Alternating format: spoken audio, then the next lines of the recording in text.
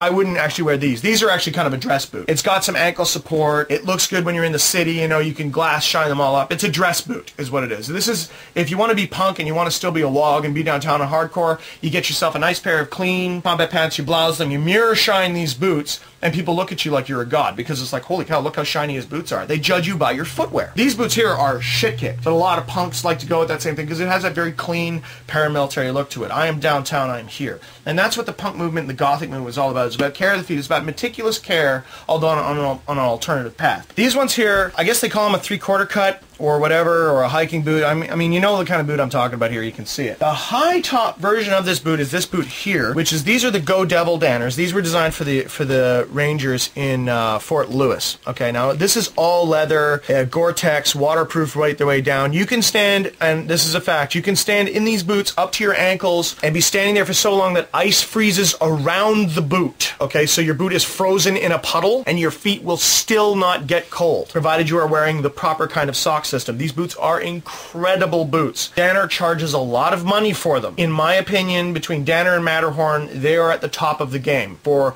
who makes the best footwear that I am personally aware of. I don't have any European, but in North America, it is Danner and Matterhorn. And the cheaper version of those are the high-techs. I own a set of Group 4 Danners. Now, these are designed for law enforcement, things like that. The inside of the boot is pretty much maintenance-free. It's all, try to keep it clean and stuff. It's hard to keep this clean. Danners ship with an insert for orthopedic support. I will say this now, I do not have enough money to go get orthopedic insoles.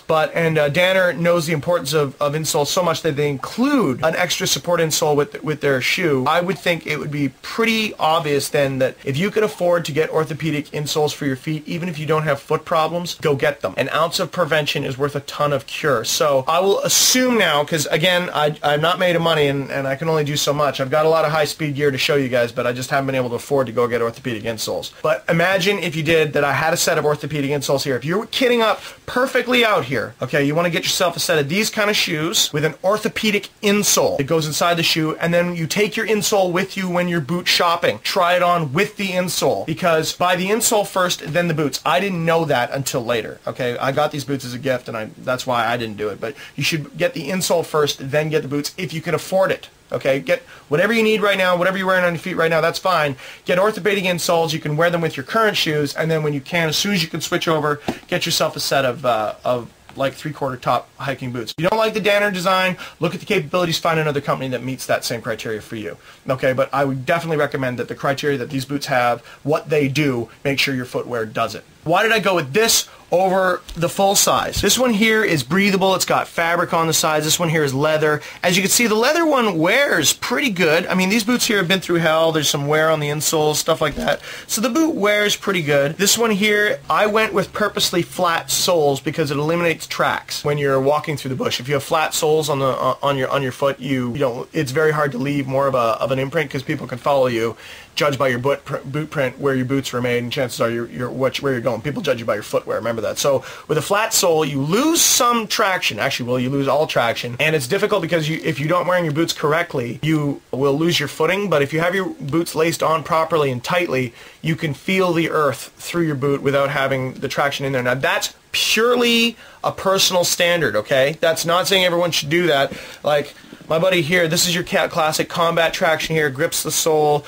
You've got your centerpiece here. These original combat boot designs were actually designed to tear flesh, is a rumor I've heard. From the very first combat boot treads that ever came out, they were actually designed to grab people's faces and twist them and tear them. I don't know how true that is. That's the urban legend that went in around the army circles when I was there. So those are the two schools of thought on the tread pattern. If you want to go with a tread pattern, I would recommend this tread pattern over just about anything else. This is your classic tread pattern. And it's a very solid tread pattern. You got lots of wear there. A lot of guys do fancy designs because they want to give the insole more impression of depth, when in actuality it's very, very little rubber. When you go with a solid flat, there's a lot of rubber there. You can see, you actually get what you're paying for. Once you've made that decision, great, go out and buy the boots. Well, we're not just going to stop there right now. After you purchase the boot, you must be able to care and maintain the boot so you're not spending $150 or $250 every year. A good set of boots can last you 5 to 10 years if you look after them. The advantage to this is if wogs go out and do this, you will be out of the shoe game. Nike can spend spend as much money as they want in the advertisement because you don't need shoes anymore. You've got the best shoes. So go, you should wear different shoes. Why? Well, my shoe's better. What does it do? How well does it do that? My shoe does this. This is how well it does it. My shoe does more than your shoe, and it's perfectly the same thing. Sorry, your shoe loses. It's just that simple. If you're running, wear a running shoe. Don't know much about running shoes, don't like running. So I can't really advertise you to get a good fucking running shoe, but I do know a lot about day-to-day life and being a wog, so that's how I have come to that decision. Yeah, you gotta bear in mind, we run into like 6 or 7 people down here, right? Yeah. We run into 6 and 7 people down here during the middle of the afternoon on a Sunday, when people go walking. If people don't go walking, like during the week, that place is empty. Nobody goes there. Oh, really? Yeah. Just on the weekends, people passing because by. people will take the long treks, and the rich people who want to go where no one else goes. But during the week, nobody comes down there, especially not at dawn. Who the hell gets up at dawn? Nobody. What kind of a god-awful asshole would drag himself out of bed at dawn? Nobody. When the sun comes up? Why the hell would you wake up when the sun comes up? No, you have to sleep, so you go to work at these hours, so we isolate you from nature. No. Don't get up at dawn.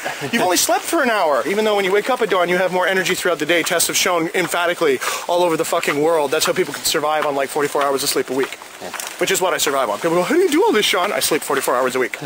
I heard he sleeps 1 hour a week. No, I don't sleep 1 hour a week, but I do choose how I sleep, and I sleep 44 hours, and there's a reason for that, which I'll be teaching you how to do.